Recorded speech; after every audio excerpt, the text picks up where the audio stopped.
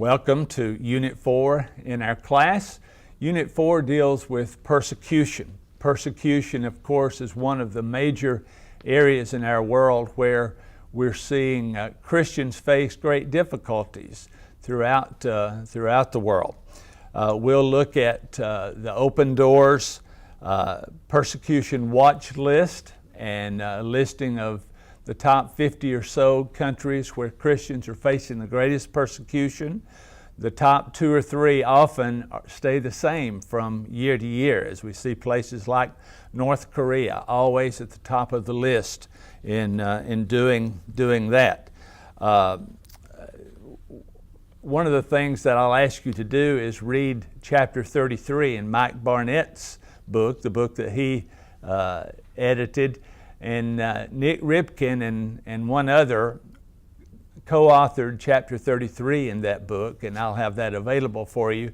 And one of the things that Nick Ripken pointed out is that in China, Christians say that prison is our seminary. So that's hard for us to fathom here in our part of the world when persecution is not as severe. We would think of prison as anything but a seminary, although our seminary, New Orleans Baptist Seminary, is able to do education, training for Christians in prisons in several places in the southeast United States. But that is something that's happened.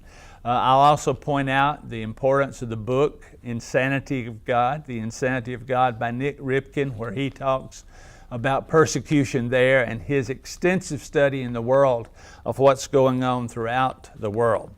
One of the stories, if you've not read that book, is the story of Dmitri, a Christian in Russia who was severely persecuted for his faith in Christ. It's a very interesting story, one that my 2 granddaughters have asked me to tell them repeatedly.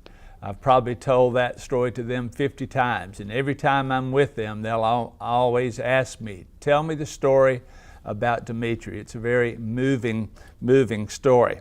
We'll look at the U.S. State Department religious freedom reports that are put out each year that look at the various places in the world that are facing religious persecution and how free people are to worship in their countries.